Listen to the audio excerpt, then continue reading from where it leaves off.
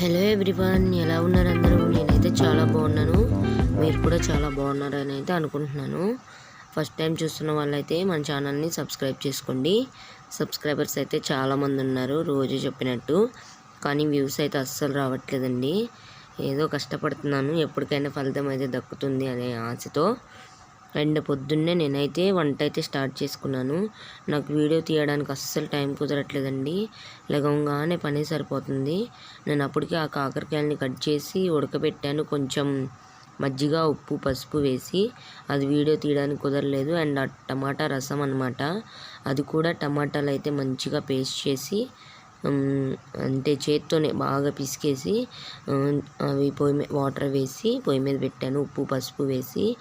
And అలాగే దాంట్లోకి మిరియాలు, వెల్లుల్లిపాయలు, జీలకర్ర దంచి అయితే అవైతే వేసాను. 2 పచ్చిమిర్చి అయితే విరగదీసి అందులో వేసాను. చూస్తున్నారు కదా, ఇదిగో ఇట్లా దంచుకొని అయితే పెట్టుకున్నాను కచ్చపచ్చగా. ఆ టమాటాల రసం బాగా మగ్గిన తర్వాత అవి అయితే అందులో వేసేయాలి. ఇలా వంట అంతా చేసేసుకొని బాక్స్ పెట్టుకొని పునర్విత్తికి భోజనం పెట్టి నేను తిని స్కూల్కి అయితే వెళ్ళిపోయాము. అక్కడ కూడా వీడియో తీయకూడదనమాట. అండ్ అలాగే హడావుడిగా వీడియో తీయకుండానే స్కూల్కి వెళ్ళటం కూడా అయిపోయింది. ఇది వచ్చిన తర్వాత అనమాట. ఇంక ఇల్లంతా ఇప్పుడైతే నీట్గా అయితే శుభ్రం చేయాలి.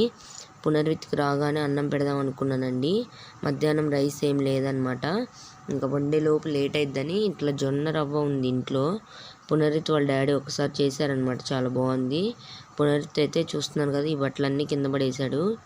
అవన్నీ నేను మడతేసుకోవాలి. ఇంకా అదంతా నేను వీడియో తీయలేదు.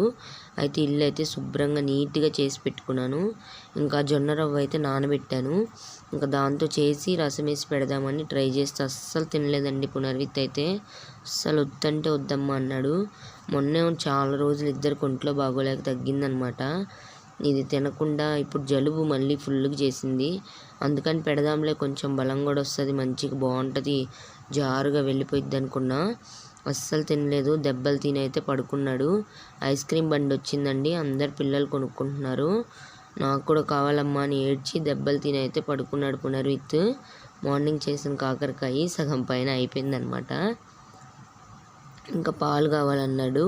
లేవు నాన్న అంటే అసలు ఏడ్చాడు. కొనుక్కొచ్చి నాకు కూడా ఆగలేదు.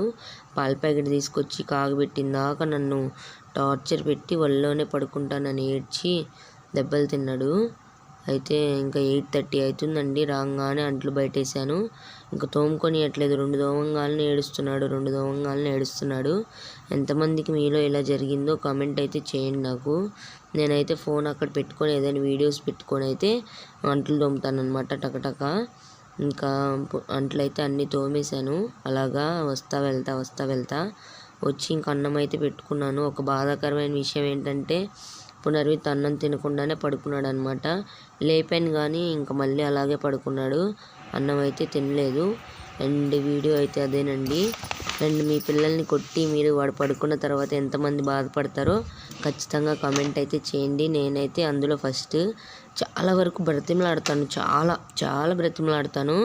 ఇంకా వినకపోతే అస్సలు ఎంత చెప్పినా వినడండి, చాలా మొండి పునర్విత్ అయితే.